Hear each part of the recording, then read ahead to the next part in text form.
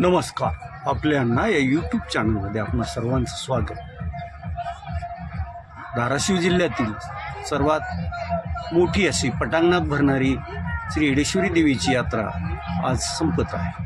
आज अमराईत येडेश्वरी देवी पालखीसाठीचं जे मंदिर आहे तिथे गुगरी प्रसादानंतर पालखी मंदिराकडं मार्गस्थ झाली आहे। पालखी आता परत चुनखडीचं मैदान आणि गावातील खडकपुरा भागातून दाशीवरून मंदिराकडे रवाना।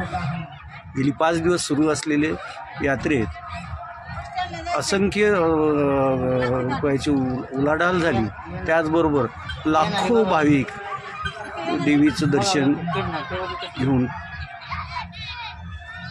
आपल्या आपल्या गावाकडे मार्गस्थ झाले। धन्यवाद। हे आहे येडेश्वरी देवीचं चुन्या वेचण्याच्या दिवसापासून ते पालखी परत निघेपर्यंत लोक इथं भाविक चुन्या वेचतात आणि आपली थांबवतात।